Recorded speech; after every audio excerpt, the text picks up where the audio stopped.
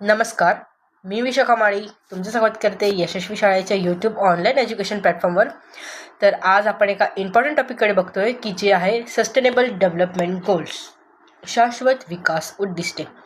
तर आपण बघूया सस्टेनेबल डेव्हलपमेंट गोल्स हे कोणी ठरवले आणि त्याचा कालावधी काय आहे आणि ते कुठले कुठले ते बघूया आपण आपल्या नोट्सच्या माध्यमातून.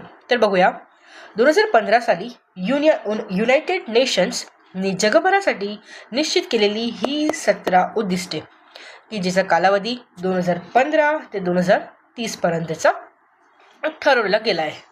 तर बघूया ते 17 गोल्स, ते 17 उद्दिष्टे काय काय.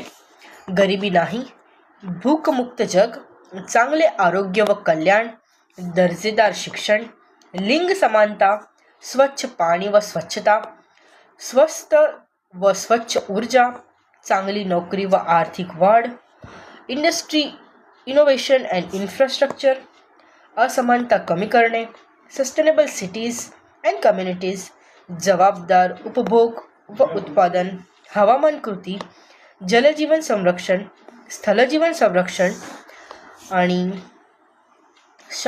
शांतता, न्याय व सक्षम संस्था व भागीदारी, पार्टनरशिप फॉर द गोल्स. हे आहे आपले 17 सस्टेनेबल डेव्हलपमेंट गोल्स.